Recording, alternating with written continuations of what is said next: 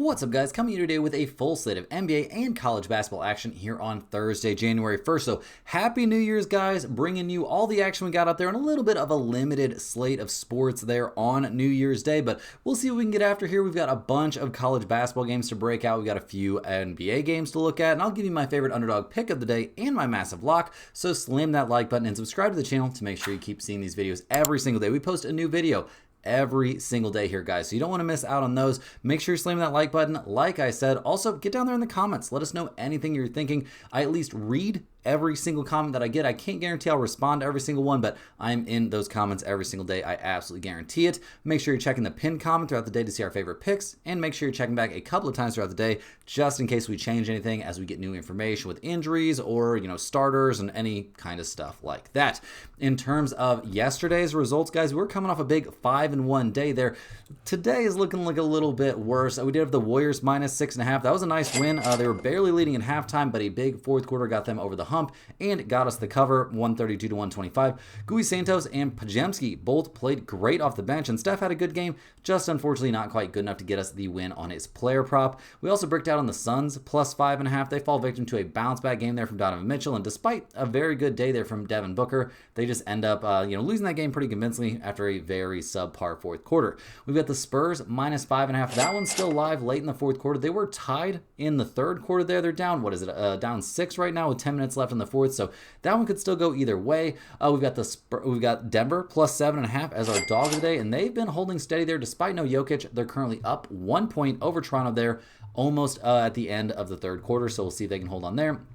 Unfortunately, the Pelicans are laying a bit of an egg there for us against the Chicago Bulls. They also had this thing tied up in the third quarter, but the fourth quarter hasn't gone quite so well. They're currently down, 12 now? So, yeah, it's looking a little bit sketch. Not a terrible night shooting the ball out there, but the Bulls, insane stuff. Way better than I would have ever expected them to play with no Josh Giddey. So we'll see what happens. Looks like there's the potential for us to give some back today after a monster day there yesterday. So we'll still see. Still, hope to be had out there. Let's get after it, guys. Let's go ahead and dive in. We've got a nice little slate cooking over there on the premium side. We'll talk about all of that, but let's dive into our first NBA game of the night. We're looking at the Houston Rockets as they go on the road to take on the Brooklyn Nets. The Rockets come into this game 20-10 on the season, winners of 3 in a row, taking down the Pacers, Cavaliers, and Lakers, and winning all of those games relatively comfortably, except for they did let the Pacers kind of hang around in their last one. So we'll see if they're a little bit scared, see if they're going to get back after it in that win over the Pacers. A big 30-point performance from Kevin Durant.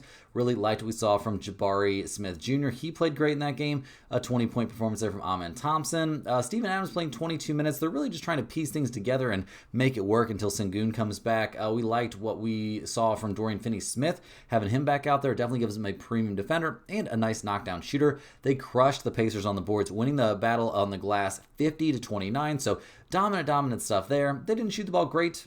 I mean, they can shoot the ball better than that, though, for sure. So we'll see what they can do in this one. They will be playing on the road, so that isn't always the easiest situation. They're healthy-ish. We do see Tari Eason and Alperen Sengun both on the injury report now, and it sounds like Tari Eason dealing with an illness. He could potentially play in this game, so it seems like there's a good shot that he plays. Him being back has definitely been a big help for this team. Alperen Sengun dealing with that calf issue is officially questionable. We haven't seen him play since Christmas, so him coming back this soon would be a little bit surprising to me, but it sounds like it's not beyond the realm of possibility here as they go to Brooklyn to take on the Nets. Now, the Nets are 10-20 on the season. It's definitely a tank it out kind of year, although there's a decent amount of talent on this roster. They didn't keep it that close against the Warriors their last month. They lose 120 to 107. Michael Porter Jr. putting up 27 points, a very good night from him. In general, I mean, nothing too crazy. Cam Thomas didn't have a monster night in his 19 minutes off the bench, but did put up 13 points. They shoot 43% from 3, making 18 out of 42 from deep, but still managed to lose by 13. That's not a great sign. They get out-rebounded by the rebounding challenged Warriors. That's also not great. Like I said, this isn't a team that's necessarily designed to win this season. We'll see what kind of moves go on around the trade deadline and stuff like that. It all feels very, very up in the air still. So we'll see what happens in this one. The injury report here for the Brooklyn Nets looks a little bit, kind of okay. We do see Michael Porter Jr. on the injury report. That's a big deal. Dealing with an illness, he's questionable for this game. If they hold him out, that is a big issue here for the Brooklyn Nets. They really need his production on a nightly basis. They are 11.5 point underdogs here playing at at home, we've got a total of 222.5. Houston, they're 11-7 against spread on the road. They're 10-9 against spread after a win. They're 18-11-1 to the over. Brooklyn, 7-9 against spread at home. 11-7-1 against spread after a loss. They're 17-13 to the under. With a total here of only 222.5, I will lean a bit towards the over, but I don't know if I lean enough towards the over to really put it in the pinned comment, although I do think it has some value here. In terms of a side, I will take the Rockets to make this a blowout winning cover under the impression that Michael Porter Jr. really might not play, but this one, guys, is going to have a hard time making the pinned comment. Next up, we're looking at the Miami Heat. They're heading to Detroit to take on the Pistons. The Heat are playing better. They've won 3 straight games. Now, that win over the Nuggets was when Jokic went down with an injury, so I'm not going to act like that was a full-fledged win over the Nuggets, but they do still come away with the win, so got to give them a little bit of credit. They blew out the Pacers. They comfortably beat the Hawks, so maybe the Miami Heat are getting things back on track, which could be a little bit weird because they've been doing all this without, a guy that's supposed to be one of their best players in Tyler Hero. So we'll see what happens down the stretch. A very good shooting night for them against the Denver Nuggets. Obviously, you're going to have to shoot the ball pretty well to score 147 points. They shot 48% from 3, making 22 of 46. They did a great job on the boards. Wiggins played great. Bam played well. 25 points for Norman Powell. Seems like he maybe has refound his jump shot.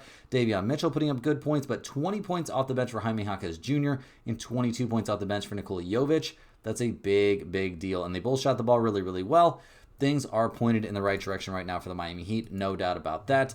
Their injury report, we still see Tyler Hero listed as out for this game, and at this point, it feels like a net positive. He's not traveling with the team, so there's no way he's going to, surprise play in this game. And Pele Larson, he's also listed as out, didn't practice, and did not travel to Detroit. So not going to have those two guys, but other than that, they're relatively healthy and ready to go as they head to Detroit to take on the Pistons, who are fresh off a 128-106 win there over the Lakers. We did have the Pistons in that game, so thank you for coming through there in a primetime game. At 25-8 on the season, they're leading the East. They're kind of killing it this year. Did lose 2 games in a row, but bounced back to that win over the Lakers. In that win, we saw Cade play well, 27 points, 12 of 19 from the field, but all the bench contributions were, it was crazy. Honestly, the depth on this team is nuts. Marcus Sasser, 19 points, 15 from Isaiah Stewart, 11 there from Ronald Holland. We love what we saw from Jaden Ivey as well. Some very clutch shot making from him in his 17 minutes. This team is looking a lot better when we see limited Tobias Harris minutes and when we see no Karis LeVert. Will that be the case in this game? We'll have to wait and see, but they played great there against the Lakers. They did a good job on the boards, and they shot the lights out in that game. So we'll see what they can do. They are back home for this one, so that should definitely help. The injury report looks pretty good. Tobias Harris is on there. He's listed as doubtful with a hip issue, so maybe he'll be out. And Karis LeVert is already guaranteed out for this game with that knee issue, so they won't have their 2 guys that I feel like slow them down. So looking at the numbers, guys, the Pistons are -5. We've got a total of 239.5. Miami, they're 9-7 against spread on the road. They're 9-8 against spread after a win. They are 17-16 to the under. Detroit is 8-6 against spread at home. 13-11 against spread after a win. 17-15-1 to the over. No major lean on the total in this game, although that is a very big number. I do feel like I have to at least say that, but it's a Miami Heat game. Much better than that. I will take the Pistons here at -5. I think the better team. I think they've got plenty of depth. They've got tons of size here. They can bother the Heat that way if they want to. Jalen Duren, Cade Cunningham, both looking amazing. Duncan Robinson, a little bit of a revenge spot playing against his old team. I definitely like the Pistons here at -5 quite a bit. Hey guys, before we jump in and cover the Philadelphia 76ers going on the road to take on the Dallas Mavericks, we got to shout out the sponsor of today and every day's video, and that is StumpTheSpread.com. Click the link in the description to go over there, and that's where you'll find the best picks, our highest confidence picks from our entire team of experienced cappers. We have a group of guys covering all the major sports. Our premium members are currently getting daily NBA, NHL, UFC, NFL, college football, and college basketball picks. Those college football picks have been absolutely on fire here during bowl season. Crazy, crazy work there. They had Miami. I would have never thought to take Miami plus 9.5. They might win that game straight up. They've been dominating so far against Ohio State. So yeah, lots of good stuff cooking over there on the premium side. Today, we've got how many premium picks do we have on a day where there wasn't even that much going on in the sports world? 10, 11, something like that? North Texas plus 10 already came through for us on the college basketball side. Iowa plus 5.5 already cashed on the college football side.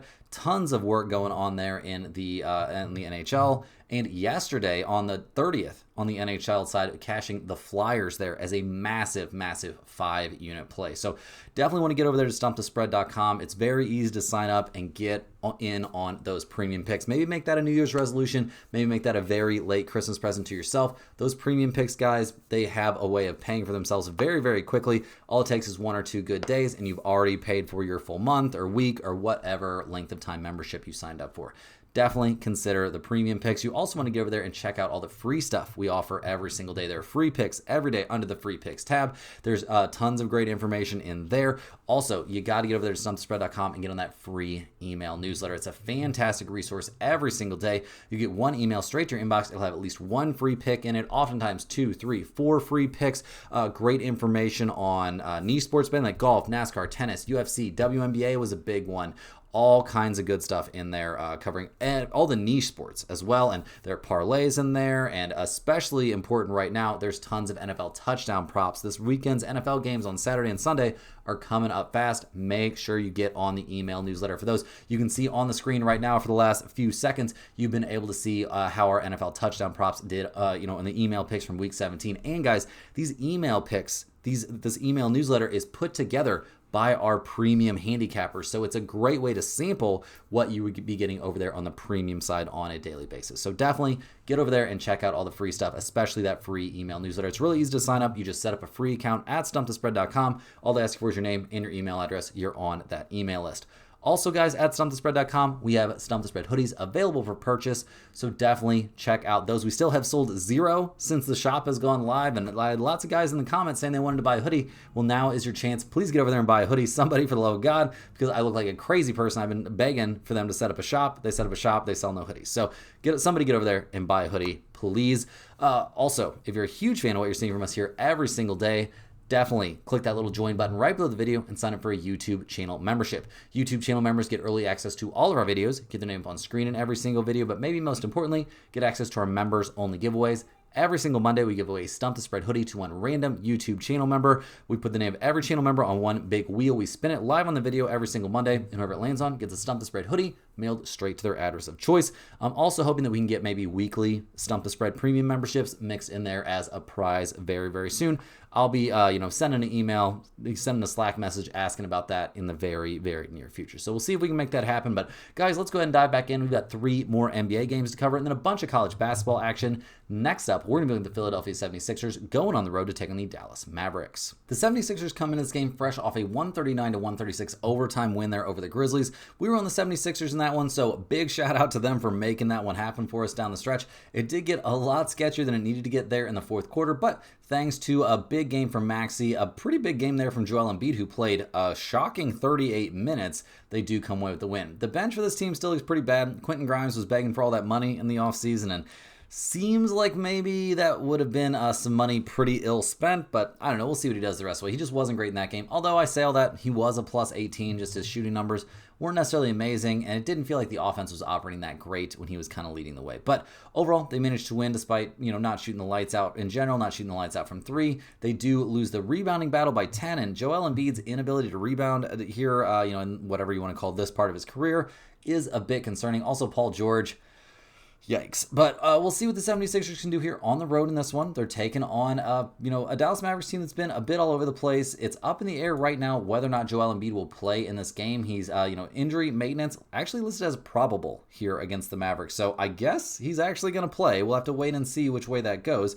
Other than that, they're pretty much fully healthy. Other than Kelly Oubre, though, he's still dealing with that knee issue, will not play yet in this game. But sounds like he's getting in, the arena of potentially coming back. That would be really, really nice as they go on the road to take on the Dallas Mavericks, who've lost 3 straight and 5 out of their last 6. So it's not headed in a great direction. We did have the Trailblazers there in their last game. So thank you, Portland, for bringing home that 125-122 win for us. It was a very close game. Max Christie actually led the Mavs in scoring, putting up 25 points. Cooper Flagg, a bit of a down night. 1 of 6 from 3, 6 of 20 from the field, only made it to the free throw line twice. He did have 8 assists, though. A lot of assists there for the Mavs, and not a terrible game from them. They did only shoot 34% from three. They did get out rebounded by a little bit, but it wasn't terrible. This wasn't a blowout, and this was a game the Dallas Mavericks did not have Anthony Davis. Klay Thompson played pretty well off the bench. Brandon Williams played great off the bench, so we'll see what they're able to cobble together here. I mean, they are playing at home, so that has to help to some extent, you would think. The injury report here for Dallas, we do see Anthony Davis is ready to go. He's not even on the injury report anymore. He will be playing in this game. So that's really been a big deal for the Mavs. When AD is healthy, they're good. When AD is not healthy, they're pretty freaking bad. So we'll see what they can do here. They are playing at home. Getting a 1.5 here at home. We've got a total of 228.5. The 76ers are 10-4 against spread on the road. That's actually an NBA best road mark. They are 7-9 against spread after a win, and they are 16-15 to the over. Dallas is 10-8 against spread at home. 10-11 against spread after a loss.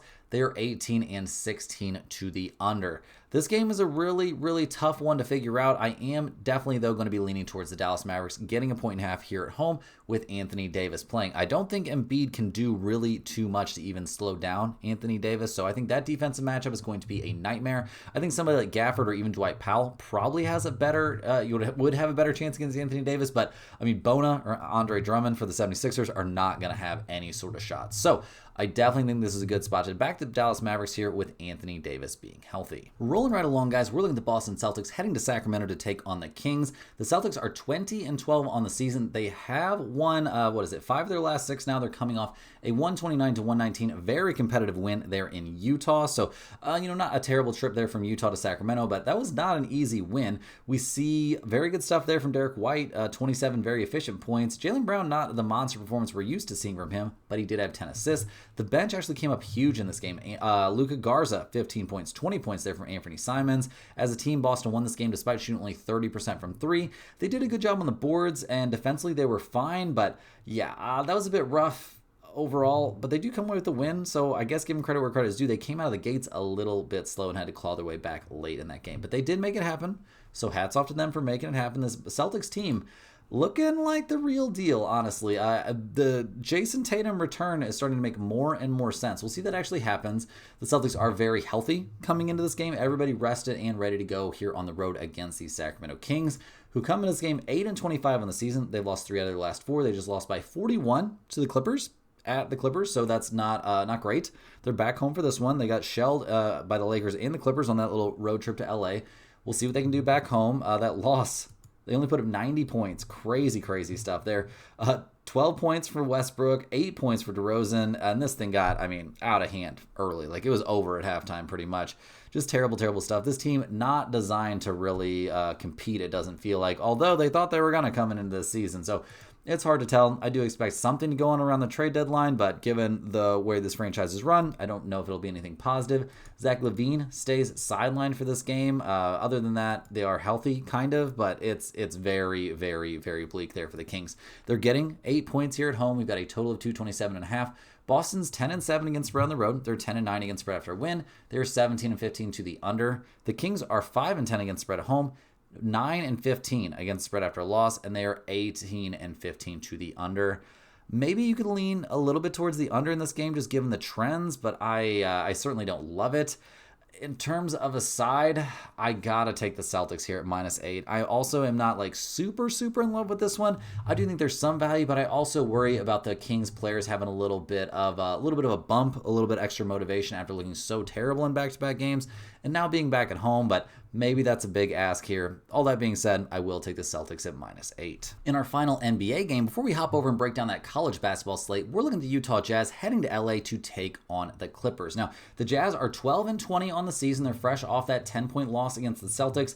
They've been a bit of a surprising team at some points this year. Not at all points, don't get me wrong, but they've got wins recently over the Spurs and Pistons. That's pretty crazy. They've got a couple very good players in Lauri Markkanen and Keontae George, so we'll see what they do down the stretch in this one. In the loss to the Celtics, we liked what we saw from Markkanen. 22 points, albeit not his best shooting night. He was still a +13. Keontae George had 37 points and was a +8. The only reason they weren't able to potentially win this game was the bench was terrible. Filipowski was not good coming off the bench in his 14 minutes. just really no production. Also, not the best showing from Walter Clayton Jr., who has some pretty nice moments this season for sure. Got to give him a little bit of credit there. But overall, this is still a young team. We'll see what they do at the trade deadline. Are they designed to win now? Maybe not, but they are still a very, very competitive squad.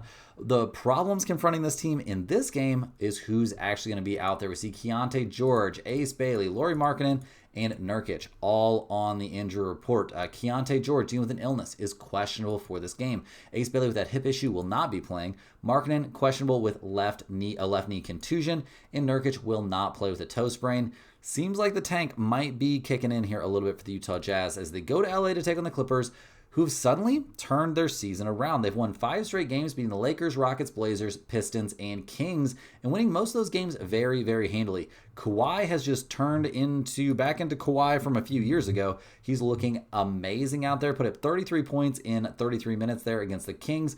Level we saw from Harden, he played well. Very good minutes coming off the bench from a few different guys. They shoot 37% from 3. They have a nice little advantage there on the boards.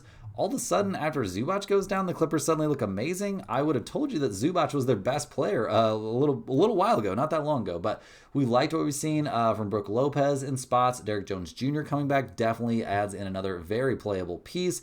Kobe Sanders has gotten some good minutes off the bench. Overall, things are just headed back in the right direction here for the Clippers, and they're big favorites here at home. They're 11.5 point favorites. We've got a total of 235.5. The Jazz are only 5-8 against spread on the road. They are 11-8 against spread after a loss. They're 21-11 to the over. The Clippers are 5-10 against spread at home, 5-5 now against spread after a win, and 17-15 to the under. Guys, I like the Clippers here a lot. I think we're going to see a lot of guys from the Jazz rest this game. They're going to be sitting this one out. This is a tank it kind of game here for Utah. I think we see the Clippers come with a blowout win and cover here playing at home. I think this is an excellent, excellent spot to back the Clippers. It's they're not playing on the front half of a back-to-back or anything like that. Definitely think we're going to be taking the Clippers here at minus 11.5.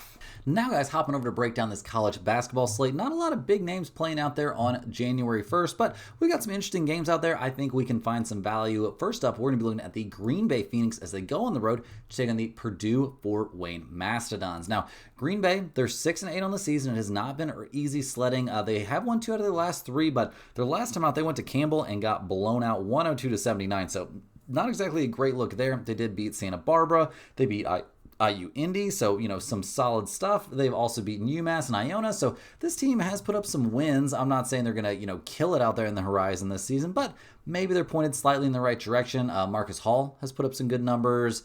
We've liked what we've seen from this team. Maybe not on the boards, but the offense is looking a little bit better. The defense is still a work in progress, so definitely issues still confronting the Green Bay Phoenix here as they go on the road to take on Purdue Fort Wayne. Now, the Mastodons are 8-7 this season. They've been having a little bit more success. They are fresh off of a pretty decisive loss there against Milwaukee. That was a massive letdown spot, though. They had just beaten Notre Dame. So a very solid showing there. They do, suffer the letdown, which is not that uncommon in college basketball, obviously. Also, Milwaukee is going to be one of the better teams in the horizon, or at least they have been so far in the early going. So we'll see how that plays out. But beating Notre Dame is pretty impressive stuff. Corey Hadnot, the second, is a monster, putting up over 20 points per game, shooting 55% from the field. Purdue Fort Wayne is in the top 100 nationally in total offense. Their defensive numbers are good as well. The rebounding sucks. Don't get me wrong. They are really, really rough there on the boards. But against a team like Green Bay, that's not really going to come back to haunt them that much. So looking at the numbers, Fort Wayne, they are minus 7.5. We've got a total of 148.5. Green Bay, they're 6-6 against the spread. They're also a 500 over-under team. Purdue Fort Wayne, guys, they are 4-8 against the spread, so not very good against the spread. They are 7-5 to the over. Despite them being bad against the spread, I do think this is a good spot to back the Mastodons here playing at home. Green Bay just hasn't been that great. They also haven't been great on the road necessarily, so I think in this one, it's a bounce-back spot for Purdue Fort Wayne after laying an egg there against Milwaukee. I think they get the job done here pretty comfortably. Next up, guys, headed out to the Missouri Valley, we're looking at Valparaiso going on the road to take on Southern Illinois. Now, the Valparaiso Beacons, guys, they're 6-7 on the year. They have lost 4 straight, including their first couple of conference games, losing to Northern Iowa by 10 and losing to Murray State by, 6? So fairly competitive games. They did play a close game against Marquette in a step-up spot, but Marquette has looked terrible this year, so that doesn't mean much. They got obliterated by Kentucky. overall this team has not had a great time. They don't have a real monster leading scorer. They're actually 345th in the entire nation in total offense. The rebounding's a bit better. The defensive numbers aren't atrocious, but I mean, you only scored 48 points against Northern Iowa. That being said, Northern Iowa is a pretty good team, but yeah, it didn't exactly look great. Valparaiso shot 3 of 23 from 3 in that game. They did have a rebounding edge, but when you have a rebounding edge and lose by 10, I'm not going to have a lot of amazing things to say. Now, they're going on the road in this one to take on Southern Illinois. The Salukis, they're 6-8 on the season. They've lost 4 in a row, including their first 3 conference games, losing to Murray State, Bradley, and Illinois State. All of those games were pretty competitive. Could have kind of gone either way, but when you look at what we've seen the Salukis do so far this season, it's been a little bit rough. They lost to Richmond. They beat UT Martin and High Point. Also beat Little Rock, got obliterated by Memphis. Played a competitive game against UAB, so I guess they deserve some credit, but it has not been a great season. Quell Ron House has not been, terrible. 15 per game, shooting 50% from the field is nice, and the rebounding numbers are very, very good. So maybe this is where the Salukis get off the schneid. The problem is they are 8.5-point favorites at home. We've got a total of 146.5. Valparaiso, they're 5-6-1 against the spread. They're a 500 over/under team. Southern Illinois, they're 7-6 against the spread, 8-5 to the under. I actually think what we're going to be leaning towards more in this game is going to be that under. I don't think we're going to see a crazy amount of offense in this one. So under 146.5 makes some sense. In terms of a side, I will take Southern Illinois to win this game by more than 8.5, but nothing from this one's going to make the pin comment. Rolling right along here, guys, we've got the Evansville Purple Aces going on the road to take on the Illinois State Cardinals. Now, Evansville, they are 4-10 on the season, so having a really tough time. They've lost their last 5 in a row. They got destroyed by Notre Dame. They did keep it close against Western Kentucky and Belmont. Lost by 1 point against Drake, and they lost, by 8 at Bradley their last time out. So we'll see what they can do here against Illinois State. The Cardinals have been pretty good this year, so we'll see how that goes. Connor Turnbull's the leading scorer here for the Purple Aces, and he's not exactly a monster. They're 375th in the nation in points per game, 338th in total rebounding. Their defensive numbers aren't great either, so I have a lot of question marks for this team overall. We'll see what they can do on the road here in a conference game, taking on Illinois State. The Redbirds, they are 11-3 on the season, so not having a bad time at all. Not like they've crushed it in step-up spots necessarily. They lost to Utah State, they lost to USC, they did beat Cornell, but also lost to Ohio. They have won 3 in a row, beating Drake, Indiana State, and Southern Illinois to start off their conference schedule, but only one of those games, or I guess 2 of those games were blowouts, so maybe they deserve a little bit of extra credit. They're averaging over 80 points per game this season, which isn't bad. Their defensive numbers are excellent as well. So there's definitely some reason to be excited here for the Redbirds. But 14.5 points, they're 14.5-point favorites. We've got a total here of 145.5. Evansville, they're 6-6 against the spread. They are 7-4-1 to the over. Illinois State, they are 9-4 against the spread. They are 8-5 to the under. This is definitely a tough spot for me, guys. 14.5 is a lot of points to be laying in a Missouri Valley Conference game, but Illinois State is at home. The Purple Aces has been pretty terrible, so given their great record against the spread, I am going to lean a bit towards Illinois State here at minus 14.5, but I will not be putting this in the pinned comment. Heading out to the Big Sky for our next game, we've got Northern Arizona, the Lumberjacks. They're going on the road to take on the Montana Grizzlies. Now, Northern Arizona, they're 6-7 on the season. They haven't exactly been cruising. They've just won a game against a non-Division I opponent after losing by 24 against Incarnate Word. It's been a rough year. I'm not going to lie. This is going to be their first conference game, so maybe they'll play with a little bit of pride here. We'll see how that goes, but really have lacked success in any sort of step-up games, really even against teams their own level. They haven't had a great time. They lost to Drake. It's hard to find a lot of positives. Zach Davidson leads the way with 15.2 points per game and is shooting 63% from the field. That's very respectable, but their defensive numbers aren't great. Their rebounding is pretty atrocious, and their offense is nothing special. So we'll see what they can do here on the road against Montana. The Grizzlies are 6-7 on the year. They've played a pretty tough schedule. They played Stanford. They beat UNLV. They played a very tough game against Texas A&M that could have gone either way. They did lose to Oakland. Their last couple of games, obviously they got blown up by 40 by Louisville. That's not a huge shock. We'll see what they can do in this one. Money Williams, 18.2 points per game, almost 6 assists while shooting 50% from the field. He's going to be the best player on the floor in this game, and it's not going to be particularly close. The defense for the squad isn't great, but they can rebound the ball a little bit, and I think they're in a bounce back spot coming off that loss against Louisville. They're going to be ready to face somebody that's more their own level, and they're playing at home here. Now, Northern Arizona, or Montana, they're 7.5 point favorites, a total of 148.5 in this game. Northern Arizona is 6-4 against the spread. They're 7-3 to the under. Montana 3-6 against the spread, 5-3-1 to the over. I do think this is a pretty good spot to back Montana. I think they're going to win this game comfortably. Having the best player on the floor will certainly help. Playing at home will certainly help here. Arizona going up to Montana, I don't think that's going to be a super fun time. Give me Montana here playing at home. Next up, guys, we're headed back to Missouri Valley. We're looking at the Bradley Braves going on the road to take the Belmont Bruins. Now, Bradley's 10-4 to start the year. They've been playing great recently. Winners of 7 straight games, beating Evansville, Southern Illinois, Indiana State, NC Central Illinois, Northern Illinois, Washington State in a big win, and also beating Liberty. They've beaten Princeton this season. They haven't played any like crazy high level teams, but they looked very, very good against the teams that they have played. So a lot headed right for the Bradley Braves. Jaquan Johnson, a monster, nearly 20 points per game and 4 assists while shooting almost 50% from the field.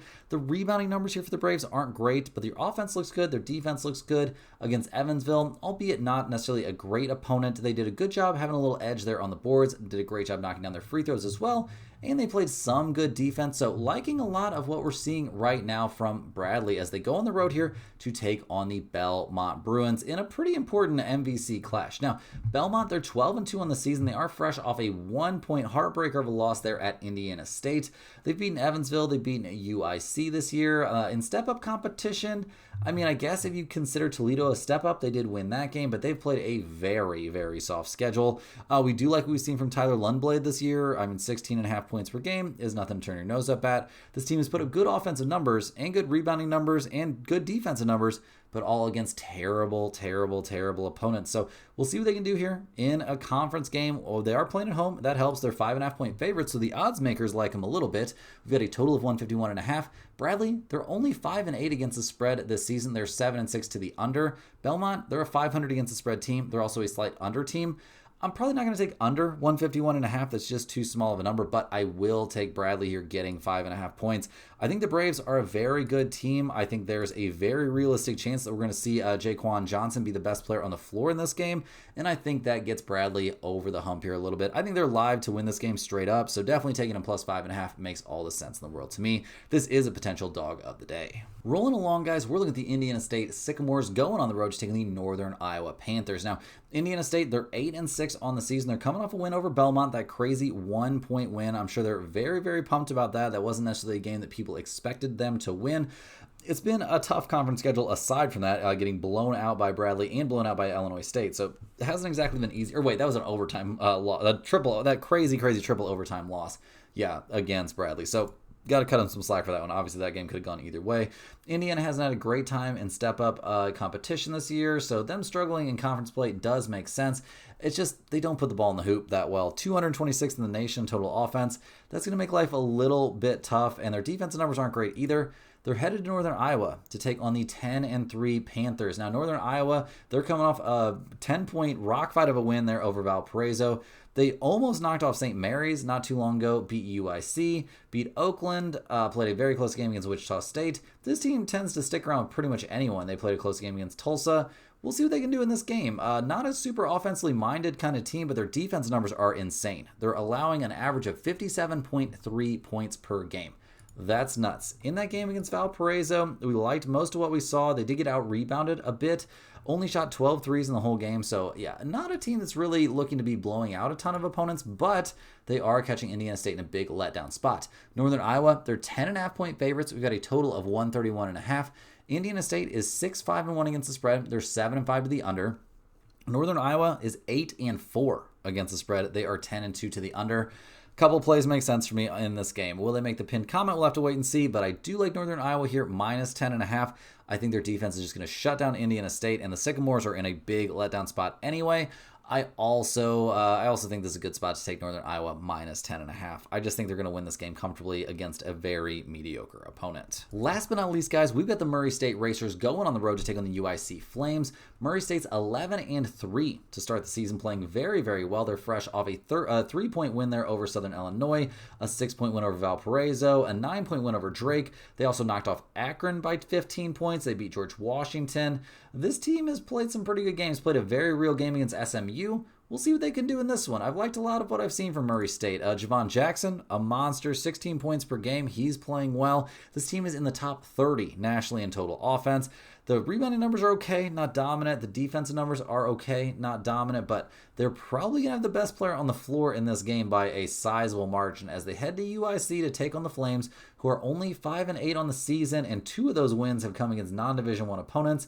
In conference play so far, they're 0-2, a 6-point loss against Northern Iowa, and a 3-point loss against Belmont, so keeping things close. I have to give them credit there, but the 2 teams they played, how good are they? Well, I have to wait and see, but right now, the offensive numbers for UIC are not looking great. Nearly 200 in the nation. I'm worried about them on the boards. Their best player, I guess, is probably Andy Johnson, but he's shooting 38% from the field, so that doesn't feel good. UIC is getting 6.5 points here at home. We've got a total of 161.5.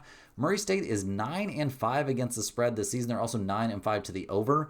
UIC, they are 3-7-1 against the spread. They are 7-4 to the over. I do like over 161.5 in this game, some amount, but much better than that, guys. I'll just take Murray State to win this game by at least 7. I think they're in excellent shape in this game. I don't think playing on the road is going to bother them too much in this specific situation.